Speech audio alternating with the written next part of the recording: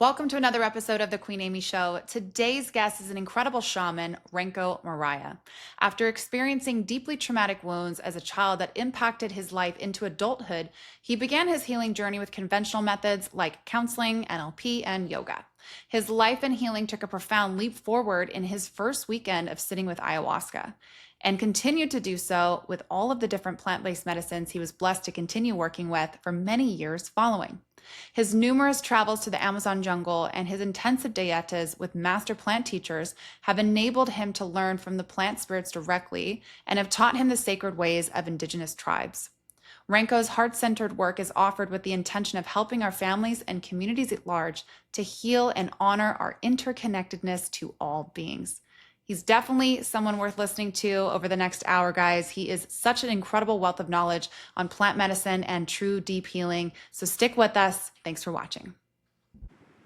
All right, Ranko Meraya, welcome to the show. I'm so excited to have you with me today. Thank you for joining us. Yeah, it's a pleasure to be here. Thanks for having me. You have explored so many healing modalities working with plant entheogens. Could you share what initially drew you to explore such a wide range of healing practices? Yeah, initially it was really just wanting to work through things. I had a friend who was like such an angel in my life at a point. I was just talking to him very nonchalantly about things I've been through, traumas, and I was so detached from them, no emotion. And he very lovingly pointed out to me that, I could really benefit from some therapy. So that began the start of a long kind of haul through the mental aspects of things. And after a few years of that, I felt like I got to a certain point and wasn't growing through it. Like there was deeper layers, right? Like the mind is one piece of our being. And I just knew that there was something that would actually help me heal. So then I ended up getting into the world of energy and started getting into mushrooms and other entheogens. And once I got into the plant medicine world, things precipitously shifted. And I started getting to like root traumas and actually like healing them completely out of my being, which took time, of course, but the path with the plant medicines was so much more efficient and comprehensive. Yeah, initially it was just me wanting to be healed myself. Wow, amazing. Have you tried other Western medicine modalities before, like, regular therapy and pharmaceuticals, or was really your first time experimenting with medicine, going into the more natural things like plant medicine, mushrooms, and things like that? Yeah, it's interesting. I had very little experience with pharmaceuticals. I had used the Western medicine system, and then I've been studying health and nutrition for all of my adult life and was always a minimalist as far as being dependent on anything. So I would just do things as needed, take an antibiotic if needed for this or something popped up, whatever the case was. So I didn't have any pharmaceuticals that I was taking. Like when my path started shifting for the better. the, so yeah, it just really evolved into seeing the underlying part of pharmaceuticals not serving my wellness overall. Like they treat symptoms and they can be great for that, but ultimately to actually cure the illness, to cure the disease, to get to the root cause and actually work through that, that totally interested me. And that's what drew me into the plants. Wow. For someone that's new and that's never done this type of work before or worked with any of these medicines, what would you say some of the initial things are, the initial steps to move towards doing that, to prepare them? It's interesting because it depends on the person. So I'm the kind of person that likes to jump in the deep end of the pool. And some people like to tiptoe in, right? And one isn't right or wrong. It just depends on what serves you best. So the biggest thing I think is having an open mind, because a lot of the thoughts that we generally have been programmed into us from childhood, from society, from culture, from our parents, from our loved ones, not with any malintent, just because that's been their beliefs and that's what they think things should be, very likely.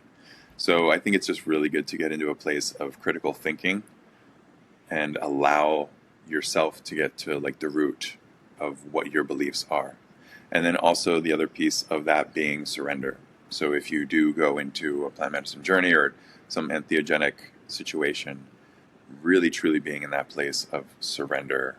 And the biggest part of that is the ego, surrendering this identity of self being just this like one thing, as if I am this body or I am this mind, allowing for more space around things. I love that. The surrendering part, even for me when I was going through the medicine, was definitely something that I had to run up against and have this conversation with myself while I was in the medicine. Specifically, one example I could share is when I was doing one of my first rounds of Bufo, I had this moment where it felt like I was dying, and I got really scared for a moment. And I realized in that moment, like, oh my gosh, this is the medicine, and it's probably something I need to do. And it was a very scary decision because I didn't want to die, of course. But I just took a deep breath, and I was like, I actually have this on video. It's kind of fun to watch back, but just, I'm going to trust myself. I'm going to trust myself. I'm going to trust the medicine. I'm going to trust myself. And I took a deep breath and just let go. And it was one of the most releasing, beautiful experiences. And I feel like it translates so well into life in general. We just are constantly fighting and battling and, you know, ruminating on things and just struggling. There's so much friction, and just kind of when you let go and just go with the current, often it works itself out. So very, very cool thing to think about as people prepare for the medicine here. Just be ready to surrender. I love that. You know, I specifically want to focus on a couple medicines here. Ayahuasca has been something that it's been buzzing around, and you talk about the vine of the soul a lot. And for those at home that don't know this, ayahuasca DMT is one of the components of ayahuasca. And so I'd love just to hear a little bit about maybe one of your first experiences with ayahuasca, the vine of the soul, that felt uniquely transformative compared to maybe some of the other modalities out there. Yeah, I certainly know that that was the biggest shift in my life, the very first weekend, even the first day. It's interesting because I hold these containers and generally offer 2 nights, and that's my preference. I've done single nights personally, and I've done 3 in a row. And I've experienced the most growth in those 2 night ceremonies. So I really think that that was part of it as well. But it was great because when I showed up, the shaman had such fantastic energy, and I looked him in the eyes and just completely felt safe and trusted him with my life. And then it was the same, interestingly, with the medicine, with ayahuasca. I was not super familiar with it, but I just trusted it. And I was shared this wonderful document that I share with people called the Ayahuasca Manifesto, which is a beautiful document written kind of from the perspective of ayahuasca. And it's about 50 pages that pretty much answers any questions that you might have. And so it's a really good resource. I recommend people reading that to answer any questions rather than go search for anything at all online, because who knows what you're going to find there. And then you're going to have something to compare your experience to, which is never ideal. So that very first weekend, I ended up drinking several times throughout the evening and went in with that idea of complete surrender. And it was incredible. I had this incredible energetic awakening. They call it a Kundalini awakening, where my body was just like moving, like vibrating so quickly, like my legs and everything. And then at points it would just rest. And then I'd feel this just big influx of energy. And there were specific points and things that went through me of like little nuggets of wisdom and guidance. And one of the things, for example, some people hear the voice at times and some people hear it not at all. And I heard her voice say to me that alcohol no longer serves me. And I was like, all right. And I tested that out, of course, later on down the road. And I was like, dang it, she's right. It's just not worth it from how I feel. And that was just for me and my path. So that's how she works ultimately. She sees where you're at and what is blocking you from really walking your path, like your lit path for your soul, for your dharma. And she helps you clear what's in the way of that, if you're open to that. Because her medicine is truly from unconditional love and helping you to honor yourself in that process and heal and clear whatever may be in the way of you being the fullest, most authentic, most heart-centered expression of yourself. So that weekend, by the end of it, I really cleared. I had like a specific trauma that I wanted to work through, and I did, and I was pretty mind blown. And I was serious to my preparation. You know, I was really particular for the diet, preparing and energetically and all those things. And then it really took time to allow space afterwards to integrate that experience because it was so powerful. And I had pieces of information and clarity come in for about 9 months after that. So it was huge Wow. for me. Wow, 9 months. I don't know if you know who Neil Brennan is, but he's a comedian that has been pretty public about his struggles with mental health and his healing experiences that he's been through. He's been through quite a few different healing modality, plant medicine journeys, different types, and he specifically also talked about a 9 month window that was open when he had tried DMT, and that 9 months later he felt it close. And so it's just really, really interesting how long these medicines can impact us long after we've sat with them, and the healing work that continues during that time. Beautiful. Thank you for sharing.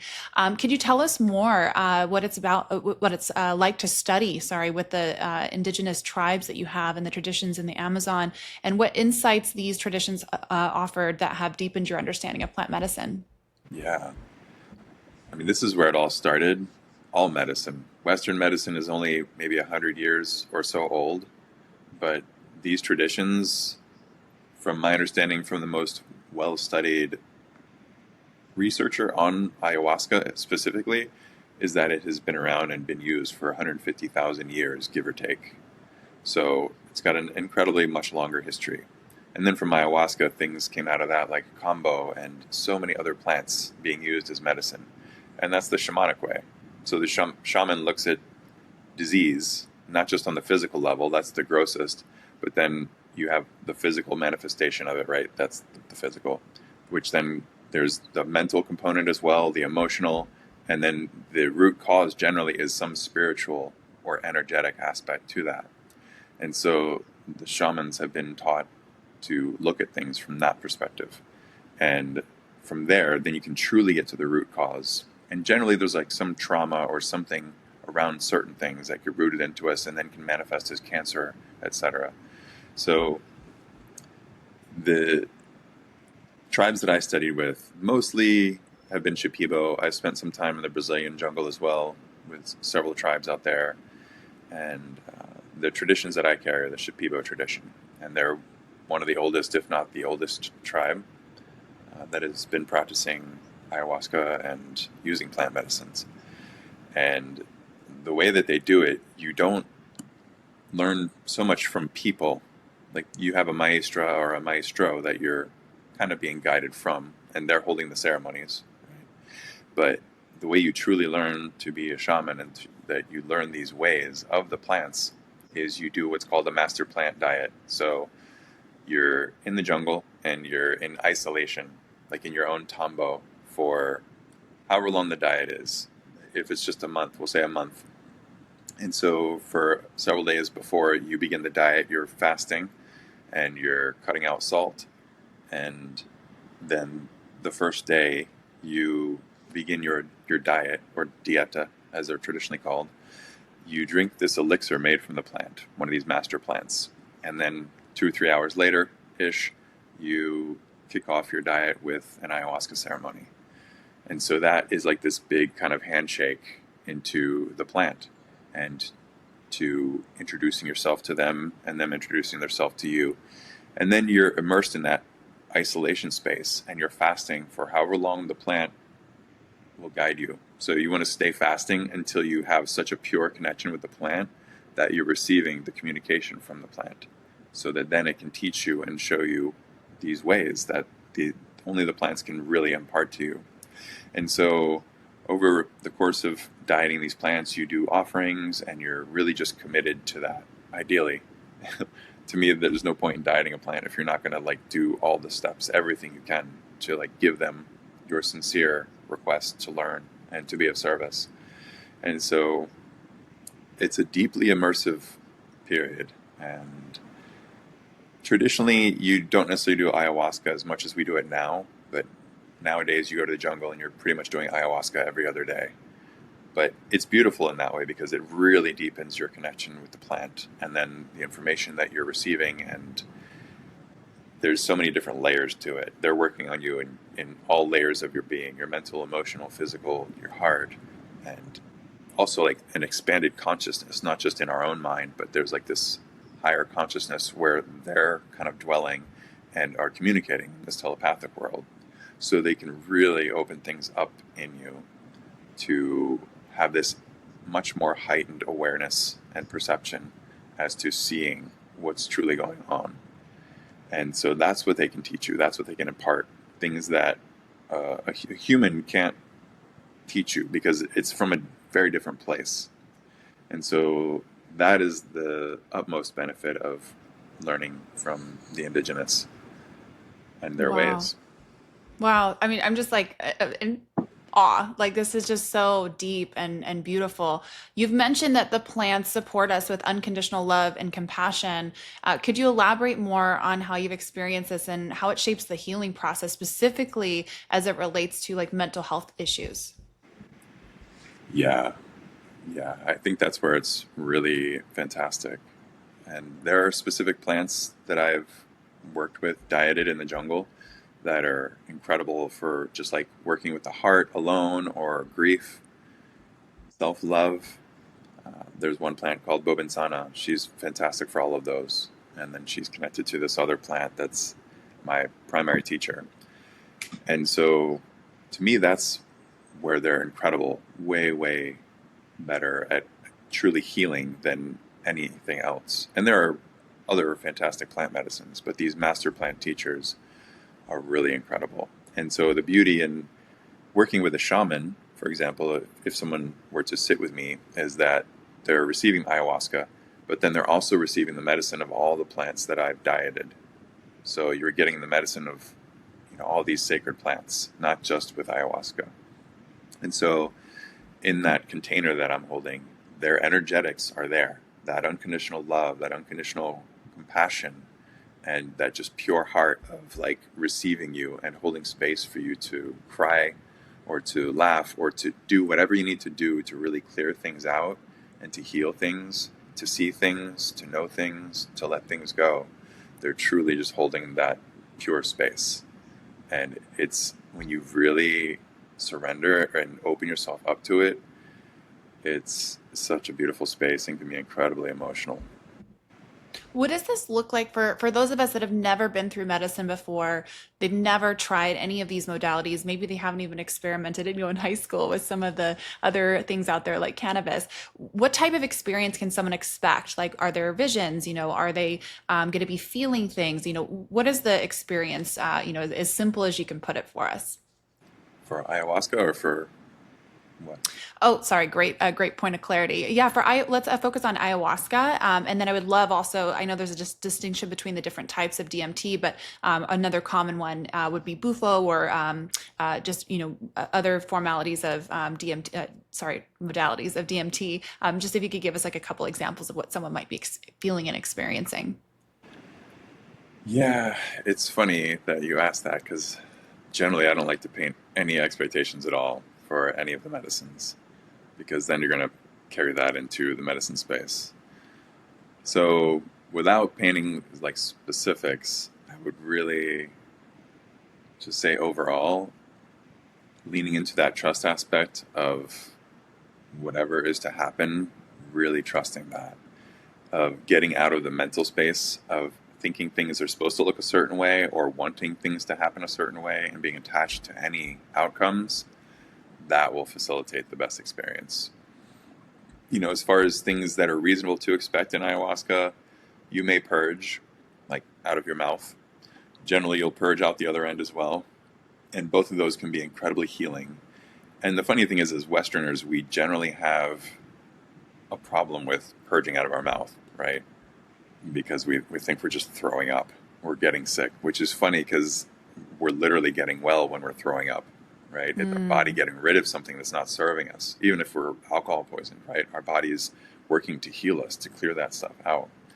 So in ayahuasca, it's very different because you will potentially purge physical matter, but there's going to be a lot more energetic and other components in that you're actually getting rid of. It's one of the most powerful ways and efficient ways to clear things out with these medicines. So that would be one expectation I would definitely ask for people to let go and be open to, especially if it's in your highest good. And the way I see that, for example, it's like, would you rather walk around with a big, huge thorn in your shoulder and have that pain for the rest of your life? Or would you rather just pull it out? And even though it might hurt initially more pulling it out, it would heal, right? It would heal. So it's very similar to that, the purging. So, Wow. I had this experience, and I haven't talked to really too many people at all since I went through my healing retreat recently. But I had this experience when I did Bufo, and gosh, for probably 10, 15 minutes, something like that, as I was in the medicine, but also coming out of it, it almost felt like when you, on a hot day, you drink a cold glass of water, that feeling where you get this coolness going down your throat.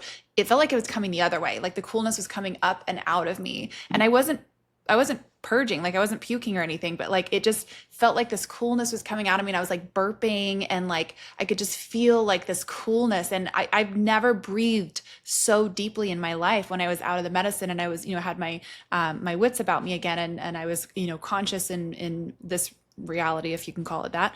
And but I just kept feeling that. And like the next night and a couple nights after, while I was sleeping and I was kind of like in this lucid state, I definitely felt that like coolness still coming up out of me. So I don't know what that is or what that means, but and just in terms of like releasing energy and things coming out of me, I still felt that for a few days after the medicine. So it was really beautiful and super healing for me. So just random fact, random funness for my own experience here. yeah. You got this beautiful name, this Shipibo name, Ranko Meraya, from the Tree of Light. I'm probably going to say this wrong, but Noya Rao, is that how you say that? Yeah, that's it. And could you explain what it means to you and how this impacts your role as a healer? Yeah. Uh, I mean, it's a very special name because it was a gift from the plants directly. And it's interesting too, being like a Caucasian guy and then going to the jungle and being given this name, Ranko Meraya. And the first part, Ranko is powerful maestro, powerful shaman. And then Meraya are, interestingly, like the most powerful and revered shaman from the original days. They're like the visionary ancestral shaman from, maybe 150,000 years ago. So clearly it's not that name necessarily is how I was born in this life. It's like my soul, right? Like I've had past lives of doing this work, which certainly resonates with me. And it's also something that one grows into or has the opportunity to grow into. So yeah, it was an incredible blessing. And when I first received it, I was like, whoa, that is a lot to live up to.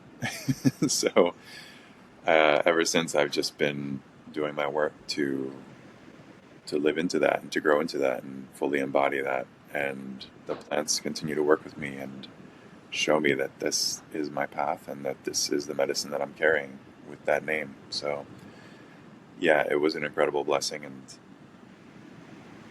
something that's very dear to me. I don't generally share that with the world what it means, but yeah.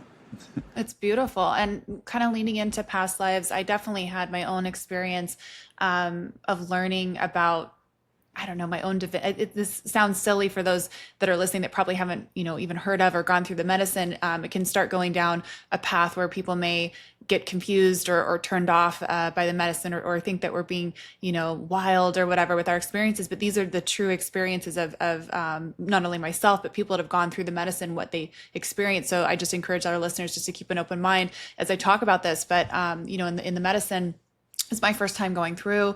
I did psilocybin and I did DMT on two separate days. And I had never done any kind of, street drugs or experimented with anything even growing up. And so this was truly my first time sitting with this. And I wasn't a religious or spiritual person going in. And when I was in the medicine myself, I was very clearly shown that I have lived many lives. And I kept getting, this is maybe egotistical for those that aren't familiar with medicines, but it's really not coming from an egotistical place. I'm just, kind of demonstrating my experience and my visions, but that I was a queen warrior. And it's so interesting because even in this life, I was in the military for 16 years. And when I was going through the medicine, I kept experiencing myself life after life after life, in battle, in war, and all that trauma was in my body and stored in my body. And I had this really beautiful release of just so much trauma going through. And so for the first time ever in this life, I'm like, whoa, like there's this whole other realm out there. There's these, you can have had past lives. There's this spiritualness about ourselves. And this is really the first time I don't even know how to articulate some of these concepts so well yet, because this is new. This is new for me. I'm 2 months out of my plant medicine experience, and I'm still learning and figuring things out and talking to experts like you that are a lot more familiar. So it's interesting as you talk about past lives.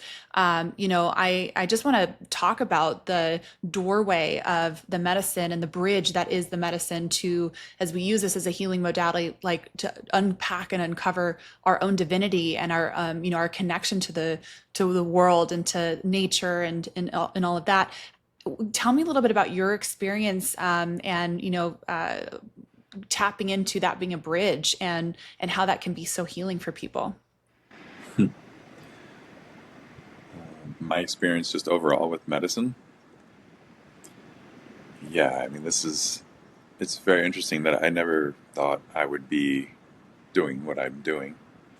But it's funny, in my very first ayahuasca ceremony, she said, you could be a shaman, which scared the heck out of me then.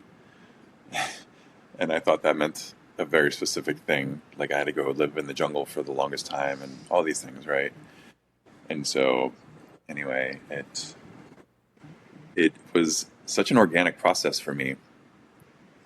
And ultimately, from me healing in my own space with such an open mind and it being in that place of surrender, I didn't judge anything. I didn't question things. Like I would be doing certain things or moving my hands in certain ways that were very unusual for me.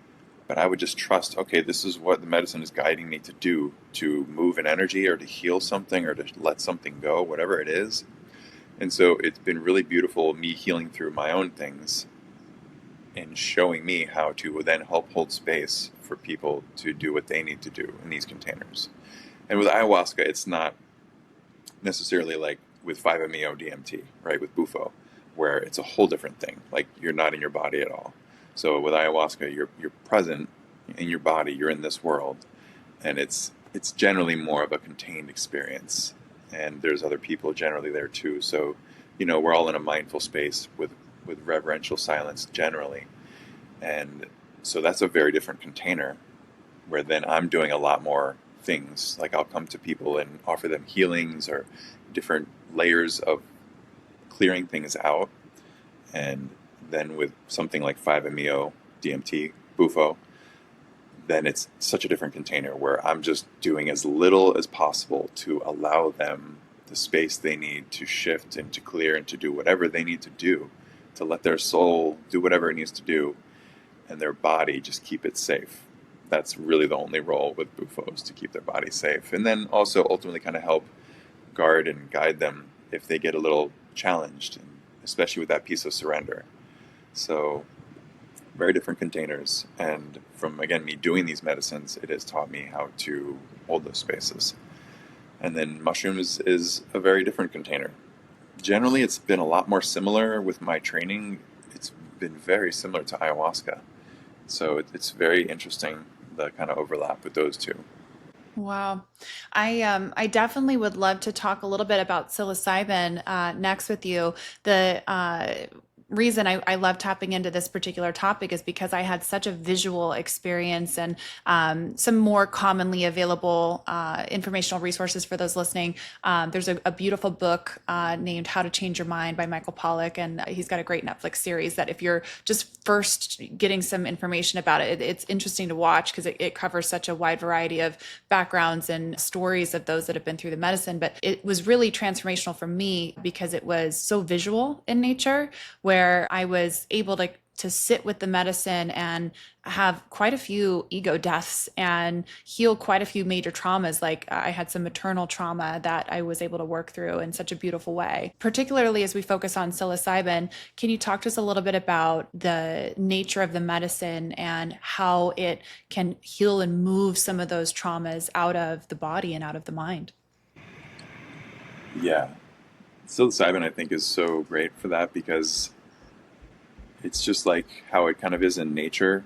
It's this mycelial network that's the biggest interweb in the world. It's essentially under the entire crust of the earth and connects all the plants. And so it has this beautiful way of doing this with our minds, of connecting parts of our minds that don't typically communicate. So in that way, then you can heal parts of yourself that generally wouldn't be accessible except through that medicine, or potentially something like ayahuasca. So psilocybin is really powerful in that my experience of it and the general experience of the people I've worked with is that it's very heart opening and really, really softens the ego as well. So that even though you might be in your mind to a point, you can see through the filter of it with much more clarity and purity, and see how any preconceptions of that filter of traumas or whatnot that we're seeing the world through are ultimately inhibiting us living our fullest lives and living purely from our hearts. And so I really feel like the psilocybin specifically is fantastic for working through things like PTSD and helping connect these parts of our minds that we're kind of afraid of. And it's interesting because there can be a beautiful big overlap with ayahuasca, because she is just as powerful in that way, but in a different way. And so I see the mycelium, the way that I generally serve it is with ceremonial cacao. And so it really opens up everything in your nervous system, your energetic system. It can be great for really liberating things and opening things up to be liberated. So if you go into that container with that mindset and with doing that practice of surrender, you can really liberate a lot and really help clear out the things that are like in the mind and the heart that are blocking that connection, and just kind of gum things up. Yeah, what a great way to say that, like a blockage between the mind and heart. It's so true for so many people. You've emphasized in a lot of your speeches and other works that you've done the importance of honoring traditional sacred containers.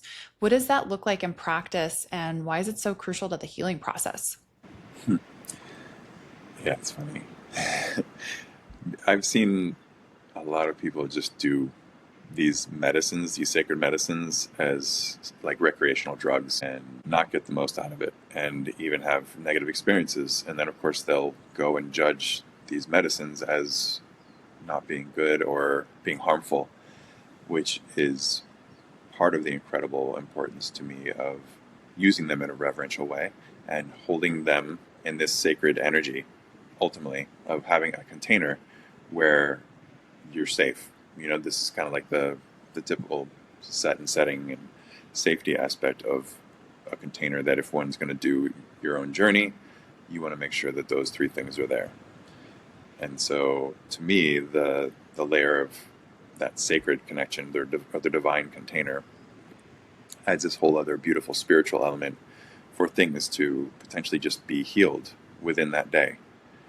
And ultimately, I do believe that, especially when people are sitting with me in things like ayahuasca or traditional like psilocybin ceremony, we could ultimately heal all the things that ail us in a day or 2 days.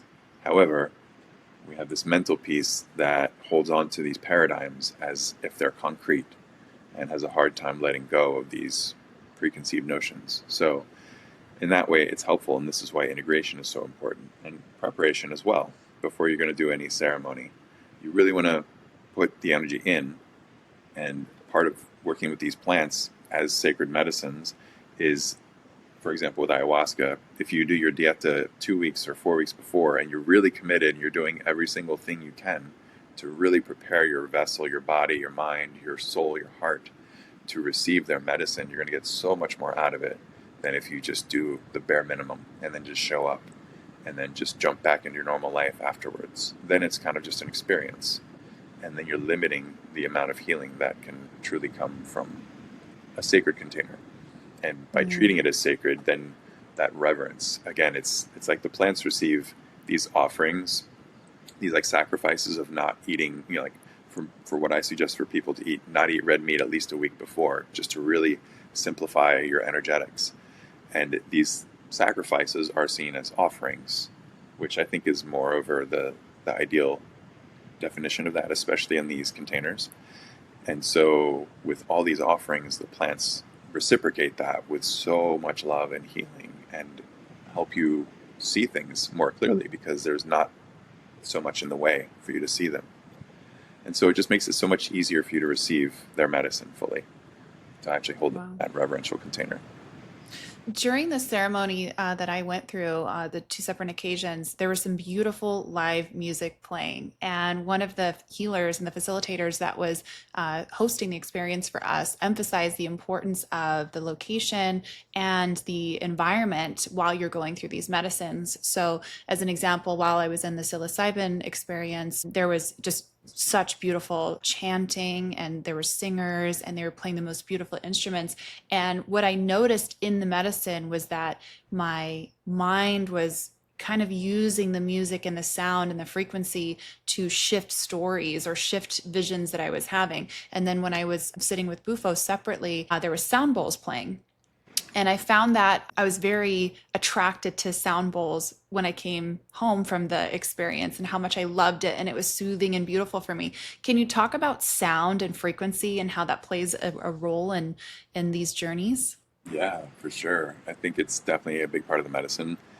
And traditionally, in the Shipibo tradition for ayahuasca, the Icaros, which is what the songs are, they're not called songs because they come from the plants in the plant language. So they're in the Shipibo language, which is kind of like Sanskrit, but from the plants. So the words need to be spoken in a specific way with the correct intonation and the correct nasal sounds for certain things.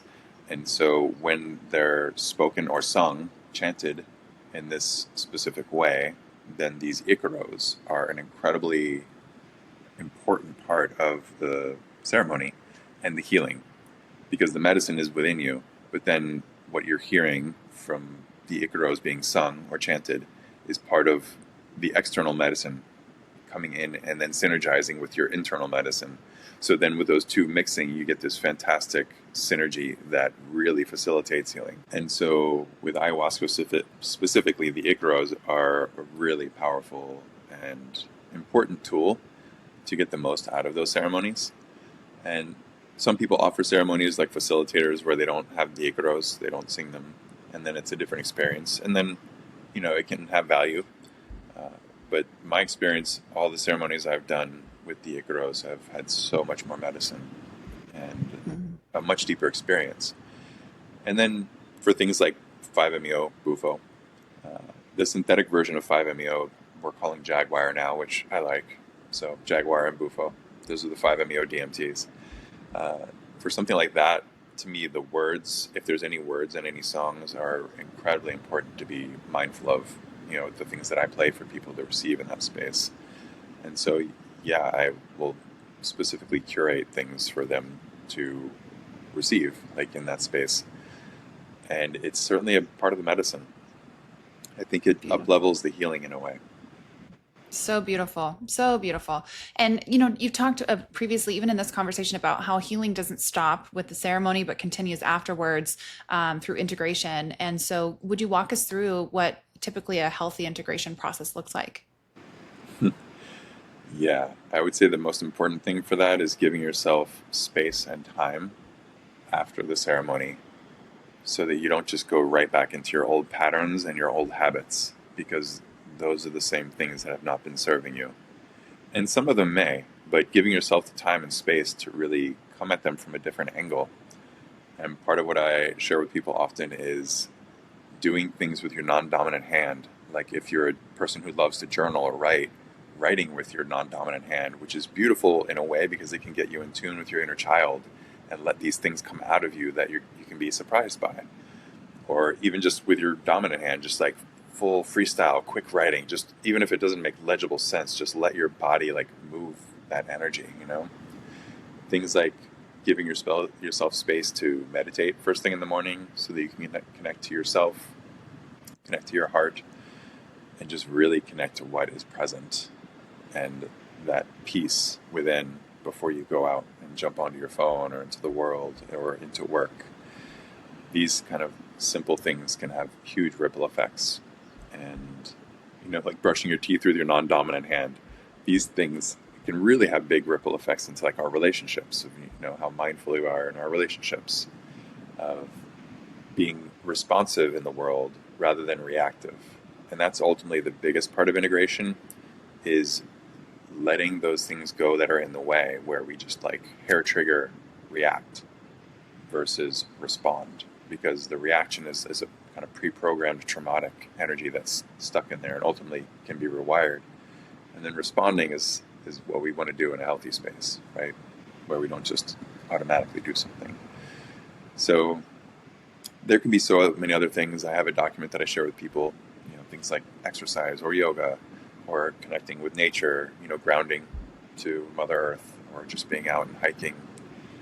There can be so many different pieces as to what serves you, but ultimately giving yourself the time and the space to feel what's best for you. I think that is the most powerful piece, because a lot of times, especially with so much information that we're getting now, we get into this rut of thinking and just letting our minds lead our lives, whereas our hearts will serve us so much better. And allowing ourselves to tune into our bodies, because we're always getting information from that too. If something feels heavy, that's probably not the best thing for us, at least right then and there. So really allowing ourselves space to honor our bodies and our hearts before our minds. Beautiful. One of the things that PTSD sufferers and military veterans, first responders struggle with so commonly, I talk to a lot of them right now that are either going through or coming out of the medicine. And a lot of them share that prior to going in, some of their really common symptoms of PTSD were, as you very well mentioned, being hair trigger, not being able to even drive in traffic without reacting explosively, not being able to be in control of their emotions or their reactions to things, and just finding themselves, snapping and obviously really deeply regretting right away, and knowing also when they're in this and they're experiencing these strong emotions, this is not them, that they don't want this. They're separate from this anger that they feel and this frustration that they feel, and they would literally do anything to turn it off. That's a really common thing with anxiety and racing thoughts, and a lot of people are suffering with these symptoms. So something that came up for me as you were just sharing, practicing with your other hand, is just patience and being able to slow down and be more mindful. So that's definitely a beautiful recommendation, and I'm going to try it too, just for my own experimentation and healing, as well as I'm still very much healing and working through my own journey of recovery from things like PTSD and anxiety. So beautiful share. Thank you so much. One thing you want to Oh, add? go ahead. One thing I just want to add, this piece of self-love, because I think that's incredibly important too, especially after Oh, a yeah. ceremony. Really paying attention to these simple things of, if you feel cold, like right away get yourself a sweater or whatever that is to take care of yourself, right? Rather than, like, for me personally, I would just let myself suffer for, I would rationalize it of, I'll be leaving in 2 minutes, so I'll be fine. Or, whatever it is, I'm thirsty, but I can wait 5 minutes, rather than getting me what I needed, which ultimately is loving myself, right? Taking care of myself.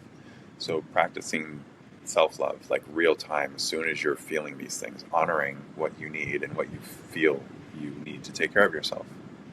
Oh my gosh, I love that too. I just spoke with a firefighter yesterday, and he was sharing that from childhood, he had a really traumatic childhood, that he became a firefighter because he wanted to be the hero. He wanted to be the person always helping other people, right? Because he had such a terrible childhood. And through that process, he continued to neglect his own needs. And so he'd always put other people before him. He'd always be the savior. He'd always be the guy, literally running into the fire to help other people.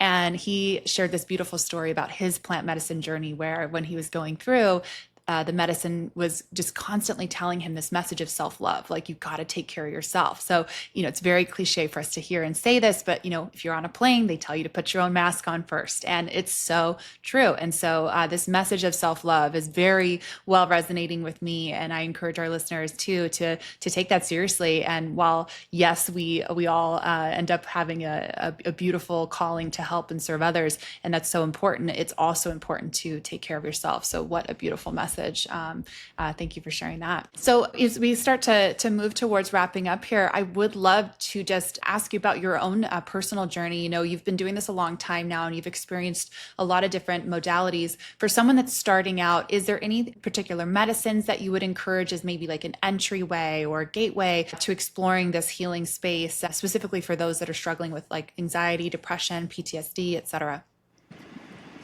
That's a great question. Generally, I would say psilocybin is a great starting point. Cannabis can be a great medicine, but it can be a really slippery slope. So I don't necessarily recommend people doing that. And a lot of people are doing it and not necessarily doing it with reverence, and it can easily fall into overusing it. But psilocybin, I think, is a great starting point. However, it really depends on the soul. Like, I've been surprised with people that have been called to receive 5-MeO. I'll give one example. 5-MeO DMT, so jaguar medicine. This one gentleman received it from me. He was 50 years old. He was an old 50, so he had had a stroke. And it was the first medicine he had ever done in his life. And it's the strongest medicine you can do. So I detached because he was really called to do it. And I think especially because he had had this stroke. So I served him the medicine. And then when he went into that deep space of 5-MeO, his body was really in that tight space of releasing the energy. He was kind of almost reliving the stroke in a certain way, but releasing the tied up energies in his body from the stroke. And it was a deep process for him, for sure. And then when he was fully back from his journey, he had this huge verbal kind of process of release, and realized, in his words, like, what a jerk he had been to his wife and his daughter, his family. And he was so full of like this huge level of clarity. And then it wasn't coming from a shameful place, which was really nice, but it was coming from this place of wanting to make amends, wanting to make it right and clear things up, and really coming from his heart. So, long story short, he ends up reaching out to these people and healing those relationships as best as he could at that point, because he had split with his wife, and things weren't the best with his daughter. And then he was able to heal those relationships as much as he could. And then it was around 6 months to a year later, he hadn't done any more plant medicines. He did do some microdosing with 5-MeO, but he ended up passing away. So it was this incredible journey for him of clarity that he needed for his soul to be able to kind of clear those things up in his life and just kind of balance things out, leave things in a good way before he left. Wow, that's so beautiful and heartbreaking at the same time. My goodness. Yeah, the power of medicine is it's so transformative, and obviously as you just demonstrated, like, when you do the self work and you focus on healing yourself and you take it seriously, and if you have the right intention to really move some of that energy and that trauma away and heal, you can impact, you just mentioned his wife and his daughter and others around you, and truly heal generations of trauma by doing the work yourself. So such incredible work. Beautiful. How can people reach out to you? I'll share that in a second. I also want to add on that I think it's more important to really just tune in to what feels right, like what you're called to do.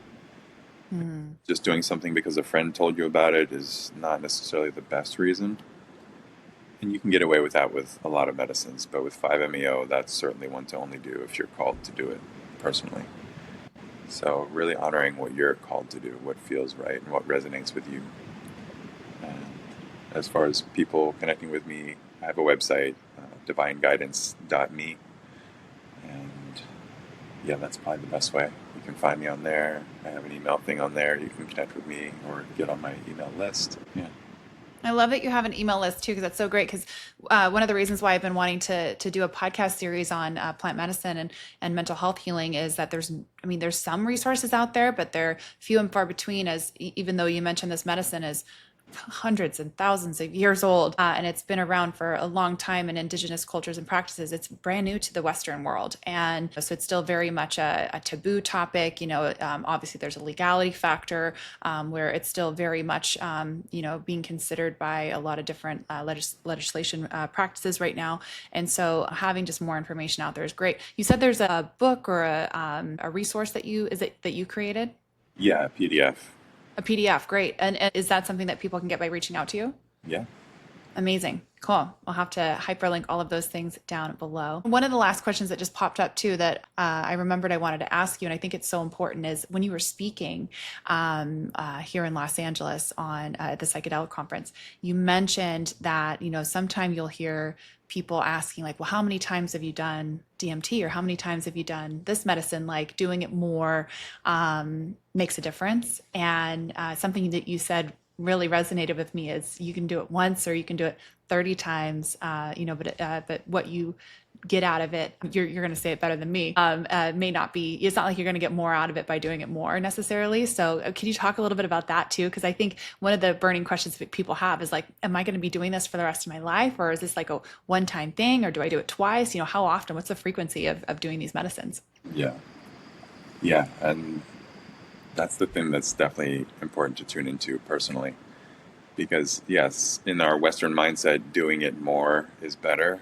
But in like healing yourself, that is not the case. It's just like any medicine. You can even like medicines where there's no negative side effects, you can still do too much where it's not beneficial, right? So it's ultimately doing like the right dose of things, like with the literal medicine, but then also with how many times, the frequency. I know of someone recently that had told me he had done 5-MeO DMT 105 times. And to me, that seems very excessive. I'm curious to talk to him, but that didn't happen. And so there was an energy around it when he shared that of him being proud of that, right? And that number means nothing because he might not have gotten anything at all from that. And especially that medicine, doing it more rather than what is needed is extremely counterproductive.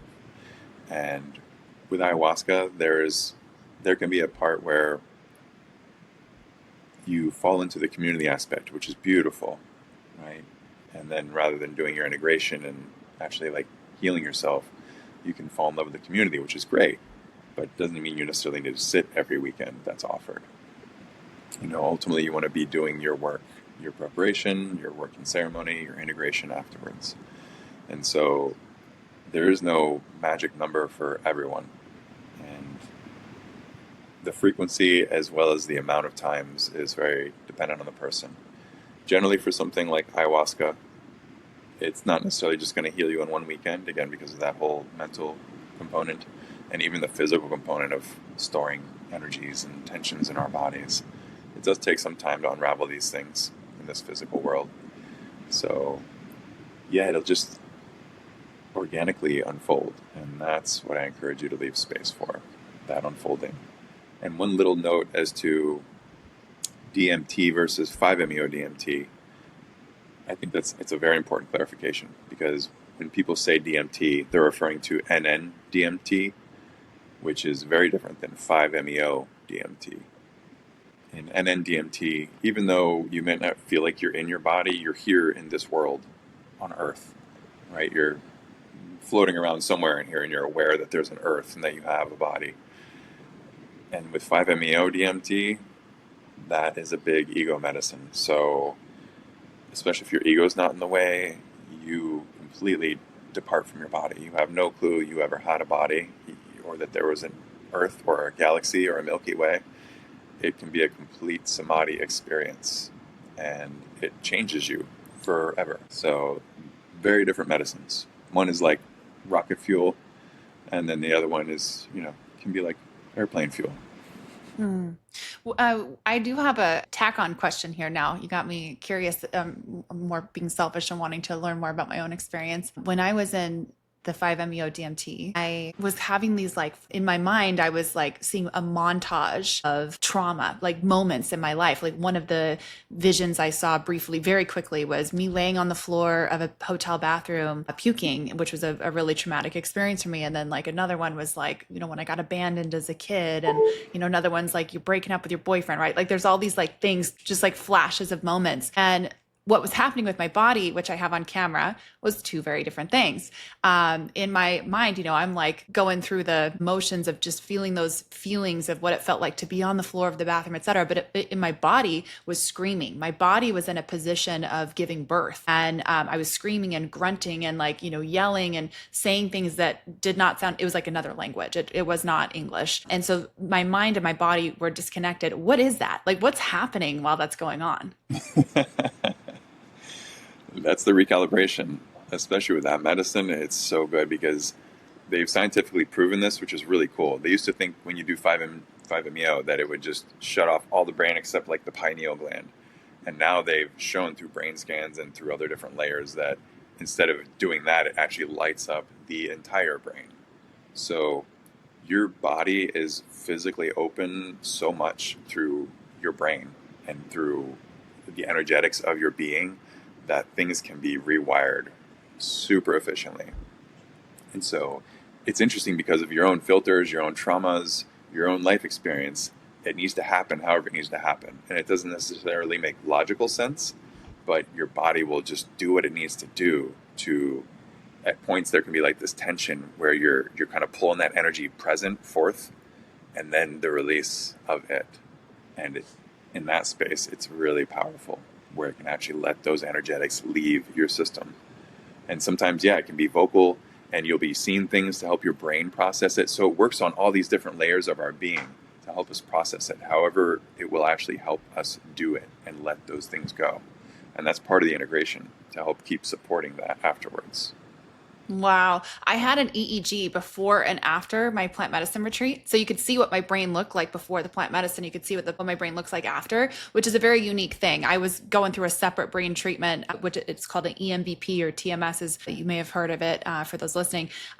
So it was random that I was able to take an EEG and EEG after. So you can actually see on the brain scan, my brain looks entirely different. My brain was sitting in delta primarily. I was depressed, tired all the time, struggling.